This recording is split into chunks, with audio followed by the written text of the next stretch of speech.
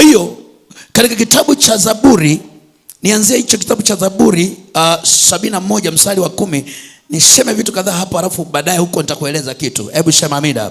Anasema, kwa maana adui zangu wananiamba, nao wananiotea roho yangu, hushauriana wakisema, Mungu amemwacha. Mfuatieni, mkamateni, hakuna wa kumponya. Mungu, usiwe mbali nami. Mungu wangu, fanya haraka kunisaidia. Waaibishwe, watoweshwe adui za nafsi yangu. Wavikwe laumu na aibu wanaonitakia mabaya. Nami nitatumaini daima, nitazidi kuongeza sifa zake zote. Kinywa changu kitasimulia haki na wokovu wako mchana kutwa, maana sijui hesabu yake. Nitakuja mambo ya ajabu ya Bwana Mungu, nitawakumbusha watu haki yako, wewe pekee yako. Yesu Kristo, asante kwa sababu ya neno hili. Ni neno la wakati ambalo ni sauti iliyosikika ndani yangu, na ndani ya neno hili kuna uzima, kuna uponyaji, kuna nguvu, kuna mamlaka, kuna uwezo wa kuharibu kazi, mipango, ajenda, mikakati, mbinu zote za mamlaka na ufalme wa giza. Liuishe Mungu, puliza pumzi ndani yake, pumzi ya uokovu, pumzi ya ukombozi, pumzi ya uponyaji, pumzi ya ulinzi, pumzi ya amani, pumzi ya baraka, ili Bwana litupe ushindi katika siku zetu za mwisho, kwa jina la Yesu Kristo aliye hai. Na ndivyo ninasimama kinyume na chochote kilicho kinyume cha neno hili tangu sahihi. Mawakala, wajumbe wote wasiri mliositirika machoni petu, jicho la Bwana likiona, na ziharibu kazi zenu, mipango yenu, mikakati yenu, ajenda yenu, matambiko na mazindiko yenu na manuizo yenu yote, kwa uwezo wa nguvu ya jina la Yesu Kristo aliye hai. Natangaza Bwana wa majeshi aliye nguvu yetu kusimama nasi mwanzo hata mwisho wa neno hili, katika jina la Yesu Kristo, amen. Unisikilize mtumishi wa Mungu. Roho Mtakatifu akujalia kuelewa hichi kitu ambacho Mungu alikuwa ananisaidia. Mungu akanisemesha kwamba tangu siku ile ambapo nimefunga agano na wewe juu ya jambo hili, na tangu wakati wote unapokuwa unanikiri, kitendo kile cha kukiri mambo haya kwenye ufalme wa giza kinawaudhi sana, kinawahangaisha sana ufalme wa giza. Yaani shetani anaumia. Kumbuka, dhana kubwa ya shetani dhidi ya mwanadamu ni kumwangamiza, na ndio maana adui wa mwisho wa mwanadamu ni mauti. Wengi wametengwa na Mungu, wengi wamemkosa Mungu kwa sababu walitishiwa kuuawa, kwa sababu hawana tumaini la ulinzi wao siku zote za maisha yao dhidi ya mauti. Kwa hiyo wakati wote shetani anapoona jambo ambalo ni tishio la wengi wamepoteza mwelekeo kwa sababu ya kutishiwa kupoteza uhai. Kutisha kupoteza uhai ni wanadamu. Mfano, nilikuwa nafuatilia mtandaoni, naona watumishi wengi wa Mungu wameamua kukimbia makazi yao na huduma kwa sababu ya kuogopa kuuawa, kuogopa kutekwa. Wanaogopa kuuawa, wanaogopa kutekwa. Kwa hiyo wamekimbia huduma, wamekimbia makazi yao, wameenda mafichoni. Na shetani anafurahi kwa sababu ikiwa muda wote huo watakao kama fichoni, kama liko jambo ambalo walitakiwa walifanye, tayari shetani amepata nafasi ya kuwazuia. Amepinga, halitatendeka kwa sababu hawapo. Kumbuka, Mungu anatenda kazi pamoja na wanadamu. Kwa hiyo asipokuwapo mwanadamu, hasa mwanadamu mwenye kusudi, jambo la Mungu alilolikusudia kufanyika halitafanyika. Kwa hiyo shetani anapoona kile kitu ambacho amekifanya ni tishio kwa wanadamu wote duniani, na wengi wanajawa hofu na woga wanaposikia kuna mauti, wanaposikia kuuawa. Alafu anatokea mtu anasema siuawi kwa chochote, wala bunduki haina uhai, haina uwezo wa kuniua, wala ugonjwa. Wakati duniani huku shetani ameseti magonjwa usiku na mchana, anatengeneza vitisho na njia mbalimbali za kufanya wanadamu wauawe. Alafu anaposikia unasema siuawi, na kuna watu wanasikia ndani ya mioyo yao kunajengeka imani la tumaini juu ya Mungu, shetani hata siku moja hawezi kufurahi. Kwa hiyo anafanya mikakati usiku na mchana, akipanga kutenda kinyume cha hilo agano. Hebu sema amina. Hebu sema tena amina kwa jina la Yesu hai. Akasema hii ndio sababu unaona mawindo, lakini neno langu ni hai, neno langu ni salama. Hebu sema amina kwa jina la Yesu hai. Akasema unaishi kwa neno langu, unaokolewa kwa neno langu, unaponywa kwa neno langu. Usione ni kawaida namna ambavyo unapata ajali namna hii, ajali ambayo inaua, ajali ambayo inavunja viungo watu, inaofanya wapoteze uhai, inaofanya watobolewe macho, wavunje miguu, wavunje mikono, wapate majeraha ya kudumu, wanaingia gharama nyingi, alafu wewe unaona ni kawaida. Akasema sio kawaida, neno langu linatenda kazi, kwa sababu mimi ni mwaminifu. Neno langu halitatoka bure tu, linakuja na uwezo, linakuja na nguvu. Ndiyo maana unaweza ukapata ajali kubwa, lakini ukashangaa uko salama, haujapata mchubuko, maangamizi yoyote, kwa sababu kwa neno langu unaishi. Hebu sema amina kwa jina la hai.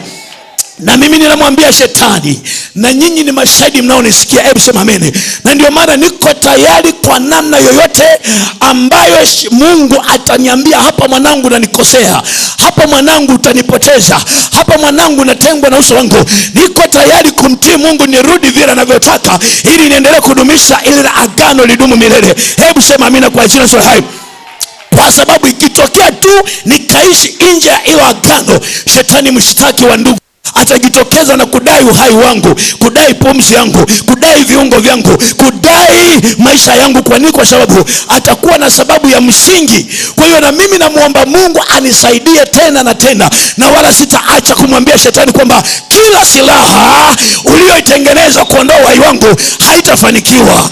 Kila silaha haitafanikiwa. Unajua anaposema kila silaha, maana yake silaha zote za duniani. Ziko silaha nyingi anazozitumia shetani kuangamiza nafsi ya mtu. Inaweza ikawa silaha ya maneno, silaha ya vitendo, silaha yani silaha yoyote, bunduki, mkuki, shoka, gereza, vitu vyote ni silaha, inaweza kufanyika silaha ya shetani. Maji tu haya ambayo tunakunywa yanaweza kuwa silaha ya shetani na akakuangamiza kupitia hiyo silaha. Chakula, hujawahi kusikia mtu alikuwa anakula chakula kanigwa kafa?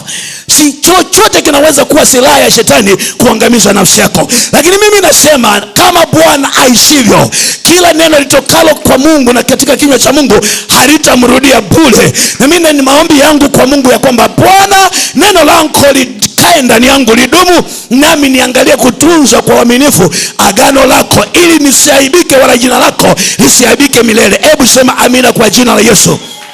Unisikilize vizuri. Mungu akawa ananisemesha kwamba yeyote aliyewahi kutendewa jambo lolote la utukufu na akalishuhudia, saa hiyo alitangaza vita na shetani alianza kupanga mipango ya uharibifu juu yake. Unisikilize vizuri. Ndio maana unaweza ukashuhudia utukufu wa Mungu leo, kesho mambo yakawa tofauti, hali ikawa tofauti. Kwa nini? Kwa sababu uliposimama tu ukashuhudia, alinoti na akapanga kutenda kinyume cha huo muujiza, huo ushuhuda wako, ili auharibu. Hata watu watakaposikia tena, waliosikia jana ukishuhudia, watakaposikia yanayoendelea juu ya maisha yako, wavunjike moyo, wasiamini tena, haribike, maanake ule utukufu ufe. Unisikilize, Mungu akana niambia vitu vingi sana. Sema amina. Jamani, sema amina kwa jina la Yesu. Kwa kuwa Mungu anatuwazia mema siku zote, basi tambua shetani anatuwazia mabaya siku zote. Hilo shika. Kwa kuwa Mungu anatuwazia mema siku zote, basi fahamu shetani anatuwazia mabaya siku zote. Iwe una amani, iwe umefanikiwa, iwe una afya, iwe ni mgonjwa, iwe vyovyote, ili mradi iitwapo siku ya leo, ujue shetani anakuwazia mabaya. Anakuwazia mabaya. Ukishuhudia leo, ninamshukuru Mungu, nina amani, Mungu amenisaidia, ujue kesho shetani ameandaa mikakati ya kesho kuipoteza ile amani ulionayo. Wasikie ni tofauti kabisa na ulichokuwa unakishuhudia jana. Na Mungu akaniambia viko vitu ambavyo nitakwambia huko mbele. Ndio maana niliomba tuwe na muda wa kutosha wa kuomba huko mbele. Na ukipokea huu ufahamu kama ambavyo mimi Mungu naona Mungu ananisaidia na nimempokea kwa moyo wote, ya kwamba kwa sababu hiyo sitanyamaza kukutaka Bwana wakati wote wa amani, wakati wa furaha, wakati wa utukufu. Ndio saa pekee ambayo tunahitaji tusimame na Mungu na kumwambia tunajua tumefurahi, lakini iko mipango kwa siri inafanyika ili kuiondoa hiyo furaha ambayo Mungu umetupa. Unisikilize. Wakati shetani Mungu anapokuwa anakuwazia amani, shetani anakuwazia mabaya, huzuni, vita. Baada tu ya kutoka ukashuhudia amani, Mungu amenitendea jamani, namshukuru Mungu kwa kweli nina amani hivi. Yani shetani hapendi kuona furaha kwa mtu, hapendi kuona utukufu kwa mtu, matendo mazuri kwa mtu, yani mema kwa mtu, hapendi kuona. Na ndio maana anatumia mawakala. Amina kwa jina Yesu. Ndio maana tuombe mawakala wasipate nafasi ya kuchukua taarifa zetu katika mitaa tunayoishi. Yani wakose kabisa kuchukua taarifa. Na ndio maana tunapoona mawakala wanakuwa na amani kwenye mitaa yetu, lazima tujiulize. Sema amina. Lazima tufike mahali tuombe na tumtake Mungu kwa uaminifu ili mawakala wakose kabisa nafasi ya kukaa kwenye mitaa yetu. Kwa sababu hao wanaojua leo umecheka, wanaofahamu kwamba leo tumesikia anacheka na watoto wake, anacheka na mume wake, tunashuhudia leo anahesabu pesa, tunaona leo amevuna, tunaona leo anafanya, hao ndio wanapeleka taarifa kwenye vilinge vyao, wanakujadili na wanapanga mikakati ya kuharibu kila ambacho Mungu alikuwa amekifanya juu yako. Na ndio maana utagundua wengi baada ya hapo anakata tamaa kwa haraka sana. Sema yani kwa kweli, yani jamani Mungu kama tu jana nimekuwa hivi kwa kweli Mungu. Yani wengi wananung'unika kwa sababu ya kila ambacho kimewatokea. Unisikilize vizuri. Wakati Mungu anakuwazia furaha, ujue shetani anapanga huzuni juu yako. Maana ndio mawazo siku zote. Wakati Mungu anakuwazia baraka, ujue shetani anakuwazia laana. Yani usiku na mchana ujue anakuwazia laana. Wakati Mungu anakuwazia ushindi, ujue siku zote shetani angetamani kuona unashindwa siku zote. Ndio mipango na mikakati yake ambayo anaipanga usiku na mchana. Sasa Mungu akaniambia jambo la ajabu sana, kwamba wakati Mungu anakuwazia uwe na afya, kama vile anavyosema mpenzi ufanikiwe katika mambo yote na kuwa na afya kama vile roho yako inavyofanikiwa, shetani anapanga uwe mgonjwa siku zote na usifanikiwe na wala usipate mema, usifanikiwe. Ndio mipango yake, iwe unaona au hauoni. Biblia yangu inasema kwamba wakati wasemapo kuna amani ndipo uharibifu wajapo.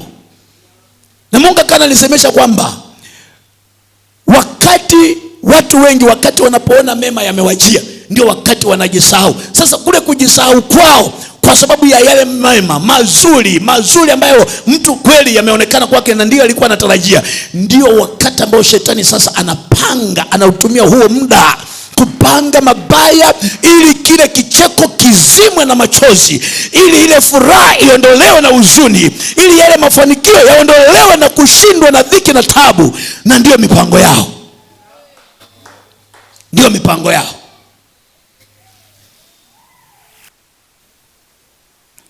Kwa sababu hiyo, kila jema unalolipata shetani anapanga kuliharibu kwa ubaya. Kila jema unalolipata shetani anapanga kuliharibu kwa ubaya. Unisikilize. Ukishuhudia na mshukuru Mungu kwa kweli nimepata mume mzuri, ujue sasa hiyo kauli inaenda kujadiliwa kwenye vilinge vya uchawi, kwenye madhabahu za giza. Anasemaje kwamba amepata mke mzuri au mume mzuri, amefurahi naye. Wanasema ngoja tumulize. Wanakwenda kujadili kugeuza ule uzuri, ule wema unaouona kwa mume au mke, unakwenda kugeuzwa unakuwa ni ubaya wenye kuleta uchungu kwenye maisha yako.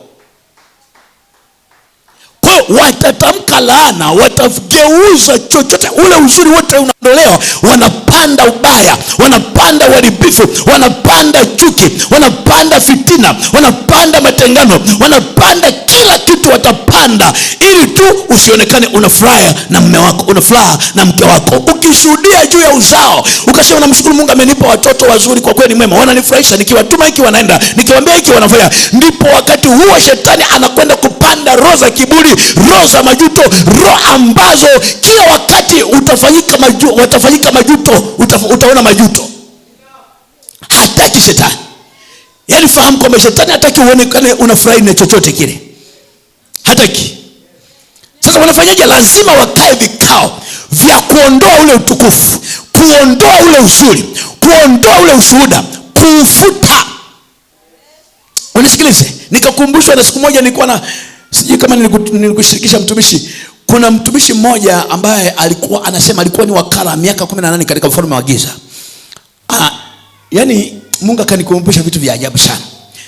Nadhani niwahi kuwashuhudia humu ndani. Nikasema yule mtu anasema tulipokuwa tunafanya kazi kwenye ufalme wa giza, tulichokuwa tunakifanya niki, sisi tulikuwa tunatenda kazi kwa karibu sana, hasa mahali ambapo tuna uhuru wa kufanya kazi kama mawakala. Tukiona mtu amepita kwenye madhabahu, ameshuhudia jambo